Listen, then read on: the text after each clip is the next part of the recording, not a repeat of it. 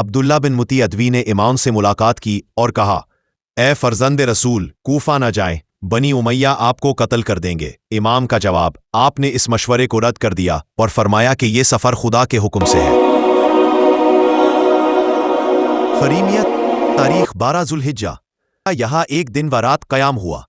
جناب زینب کا خواب، وہ آدھی رات کو خیمہ سے باہر گئیں تو ایک غیبی آواز سنی، اے آنکھ خوب رو، کیونکہ شہیدوں پر رونے والا اب کوئی نہ ہوگا۔ امام کا جواب، بہن، جو خدا نے مقدر کیا ہے وہ ہو کر رہے گا۔ یہاں ایک شخص کوفہ سے آتا دکھائی دیا۔ امام نے اہل کوفہ کے حالات پوچھے۔ فرزدق نے مسلم کی شہادت کا ذکر کیا تو امام حسین رو پڑے اور فرمایا، مسلم نے اپنا فریضہ ادا کیا، اب ہماری ذمہ داری باقی ہے۔ منزل زروند زہیر بن قین کا انضمام۔ تاریخ 14 ذوالحجہ پیر۔ امام حسین کے قافلے سے کچھ فاصلے پر مقیم تھے۔ امام کی طرف سے قاصد آیا اور زہیر کو ملاقات کے لیے بلایا۔ زہیر کی بیوی دیلم بنت عمرو نے ان کی حوصلہ افزائی کی۔ فرزند رسول نے بلایا ہے، ان سے جا کر بات سننے میں کیا حرج ہے؟ زہیر امام سے ملے، واپسی پر چہرے پر خوشی تھی۔ فوراً فیصلہ کیا، امام حسین کا ساتھ دوں گا۔ بیوی کو طلاق دے کر اہل خانہ کو روانہ کیا۔ ساتھیوں سے کہا، جو ساتھ آنا چاہے آ جائے، باقیوں سے الوداع۔ زہیر نے ساتھیوں کو کہا، ہم نے دنیا میں جنگیں لڑی، مال حاصل کیا، اب موقع ہے سید الشہداء کا ساتھ دینے کا۔ منزل طالبیہ۔ تاریخ ذی الحجہ کے آخری دنوں میں مسلم بن عقیل اور ہانی کی شہادت کی خبر امام حسین کو دو قبیلے اسد کے افراد نے اطلاع دی۔ ہم نے اپنی آنکھوں سے دیکھا کہ مسلم بن عقیل اور ہانی بن عروہ کو قتل کر کے بازار کوفہ میں گھسیٹا گیا۔ امام نے کئی بار تلاوت فرمائی، انا للہ و انا الیہ راجعون، رحم اللہ علیہما۔ بعض لوگ مال و دنیا کی طلب میں امام کے ساتھ تھے، مگر جیسے ہی مسلم کی شہادت کی خبر آئی جدا ہو گئے۔ صرف اہل بیت اور چند باوفا اصحاب باقی رہ گئے۔ ایک شخص نے سورہ بنی اسرائیل کی آیت یوم ندعو کل اناس بامامہم کے متعلق سوال کیا۔ امام نے فرمایا، جو حق کے امام کو مانے گا وہ جنتی ہوگا، اور جو گمراہی کے امام کی پیروی کرے گا وہ جہنمی ہوگا۔ ایک شخص نے کہا، آپ کے ساتھ تو چند لوگ ہیں۔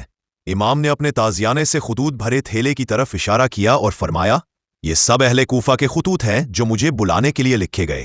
ابو ہرا نے پوچھا، آپ حرم خدا و رسول کو چھوڑ کر یہاں کیوں آئے؟ امام حسین نے جواب دیا، بنی امیہ نے میرا مال غصب کیا، میری حرمت پامال کی، اب وہ میرا خون بہانا چاہتے ہیں۔ منزل زبالہ ذی الحجہ بدھ۔ امام حسین کو یہاں مسلم بن عقیل، ہانی بن عروہ اور عبداللہ بن یکتر کی شہادت کی خبر ملی۔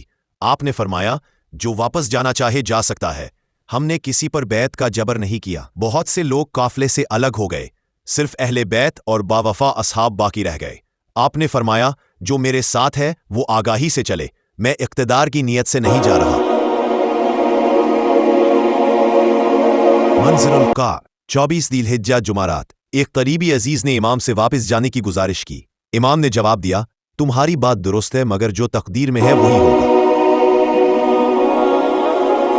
منزل عقبۃ البدن 25 ذی الحجہ جمعرات۔ امام نے اصحاب سے فرمایا، مجھے اپنے قتل کی نشانیاں نظر آ رہی ہیں۔ کچھ درندے مجھ پر ٹوٹ پڑے ہیں، ان میں ایک سب سے خونخوار ہے۔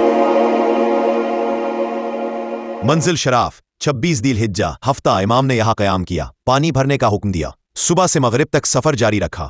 عبید اللہ بن زیاد نے قادسیہ، قطقطانہ اور بشیرہ کے راستے بند کر دیے۔ حسین بن نمیر اور حر بن یزید ریاحی کو فوج کے ساتھ روانہ کیا گیا۔ ایک شخص نے دور سے خرمے کے درخت دیکھنے کی بات کہی۔ امام نے فرمایا، یہ خرمے نہیں، دشمن کے گھوڑوں کی گردنیں ہیں۔ آپ نے فرمایا، کیا کوئی پناہ کی جگہ ہے؟ صحابہ نے کہا، جی ہاں، ذو حسم نامی جگہ قریب ہے۔ منزل ذو حسم 27 ذی الحجہ اتوار۔ امام حسین یہاں خیمہ زن ہوئے۔ حر بن یزید ریاحی 1000 سواروں کے ساتھ امام کے مقابل آئے۔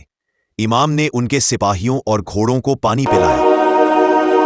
علی بن طلحہ کا واقعہ، وہ حر کی فوج میں تھا، پیاس سے نڈھال تھا۔ امام نے خود مشک سے پانی نکال کر اسے اور اس کے گھوڑے کو پانی پلایا۔ آپ کی نماز ظہر و عصر، امام نے حجاج بن مسروق جعفی کو اذان دینے کا حکم دیا۔ حر کو نماز کی امامت کی پیشکش کی، لیکن حر نے کہا، ہم آپ کی ابتدا میں نماز پڑھیں گے۔ امام نے ظہر و عصر کی نماز پڑھائی۔ امام حسین کا خطبہ، پہلا خطبہ، میں خود اپنی مرضی سے نہیں آیا، تمہارے خطوط اور قاصدوں کی درخواست پر آیا ہوں۔ اگر اب تم اپنی بیعت سے پیچھے ہٹ چکے ہو تو میں واپس چلا جاتا ہوں۔ دوسرا خطبہ نماز عصر کے بعد۔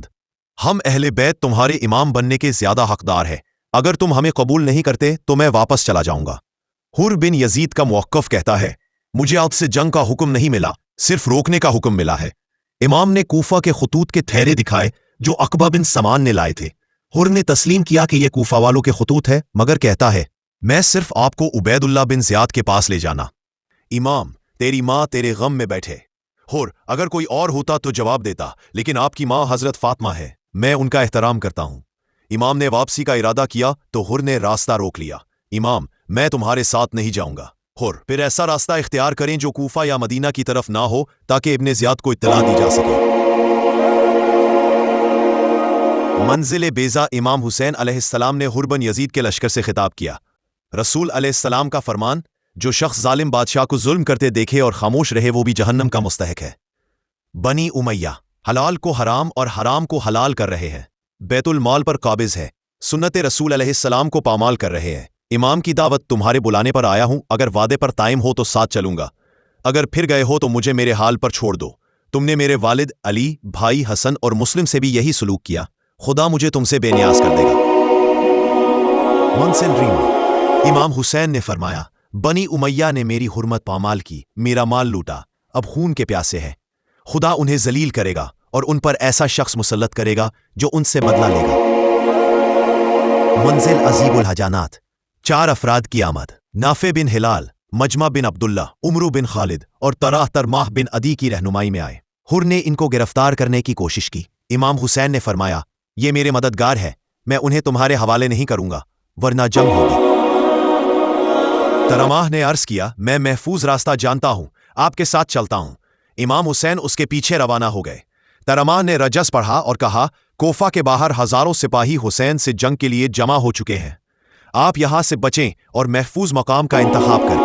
میں وعدہ کرتا ہوں کہ قبیلہ تیی کے 10,000 افراد آپ کے ساتھ جنگ کریں گے۔ امام حسین نے فرمایا، اللہ تمہیں جزائے خیر دے، مگر میں نے دشمن کے ساتھ صلح کا ظاہری اظہار کیا ہے، میں اس وعدے سے پیچھے نہیں ہٹ سکتا۔ ترماح نے رخصت ہوتے وقت کہا، میں اہل و عیال کے لیے سامان لایا ہوں، واپسی کے بعد آپ کی خدمت میں آ کر مدد کروں گا۔ مگر جب عزیب الحجانات تک پہنچا تو شہادت حسین کی خبر ملی اور وہ غمگین لوٹ گیا۔ قطانیہ۔ امام حسین اور حر بن یزید ریاحی کا قافلہ یہاں سے گزرا۔ قصر بنی معاتل۔ 29 ذی الحجہ۔ امام حسین نے وہاں ایک خیمہ اور گھوڑا دیکھا، دریافت کیا تو معلوم ہوا کہ وہ عبید اللہ بن حر جافی کا ہے۔ امام نے حجاج بن مسروق کو اس کے پاس بھیجا۔ میں حق کے لیے قیام کر رہا ہوں، اگر تم ساتھ دو گے تو جنت پاؤ گے ورنہ شہادت۔ عبید اللہ بن حر نے انکار کرتے ہوئے کہا، کوفہ میں حالات ایسے نہیں کہ کامیابی ممکن ہو، میں اپنی جان اور خاندان کی فکر کرتا ہوں۔ عبید اللہ نے صرف گھوڑا دے کر معذرت کی کہ وہ جنگ میں شریک نہیں ہو سکتا۔ نینوا۔ قصر بنی مقاتل سے روانگی کے بعد امام حسین نے رات کے وقت اچانک فرمایا، انا للہ و انا الیہ راجعون۔ امام نے خواب میں دیکھا، ایک سوار کہہ رہا ہے کہ یہ قافلہ موت کی طرف جا رہا ہے۔ علی بن حسین علیہ السلام نے پوچھا، کیا ہم حق پر نہیں؟ امام نے جواب دیا، قسم ہے اس ذات کی جس کی طرف سب کو لوٹنا ہے، ہم حق پر ہے۔ علی نے عرض کیا، تو پھر ہمیں موت سے پرواہ نہیں۔ قافلہ نینوا پہنچا تو کوفہ سے ایک سوار آیا، وہ عبید اللہ بن زیاد کا قاصد تھا۔ وہ حر بن یزید کو خط دے کر کہتا ہے، حسین کو ایسی جگہ روک دو جہاں پانی نہ ہو، اور جب تک میرا حکم نہ آئے انہیں نہ چھوڑو۔ امام حسین نے نینوا غازریہ یا شفیقہ میں قیام کی اجازت چاہی، لیکن حر نے کہا، ابن زیاد نے جاسوس مقرر کر دیے ہیں، مجھے اجازت نہیں۔ حر اور امام کے درمیان مکالمہ۔ امام نے فرمایا، ہمیں غازریہ کی طرف جانے دو۔ زہیر بن تعین نے مشورہ دیا، ابھی ان سے جنگ کر لیجئے، بعد میں تعداد بڑھ جائے گی۔ امام نے فرمایا، میں جنگ میں پہل نہیں کروں گا۔ زہیر نے کہا، ایک کریا قریب ہے، 3 طرف سے پانی ہے اور دفاع کے لیے بلند ٹیلا بھی ہے۔ امام نے کریا کا نام پوچھا، جواب ملا عقر۔ امام نے فرمایا، میں عقر ہلاکت سے خدا کی پناہ مانگتا ہوں۔ امام حسین اور قافلہ آگے بڑھے اور کربلا کی سرزمین پر پہنچے۔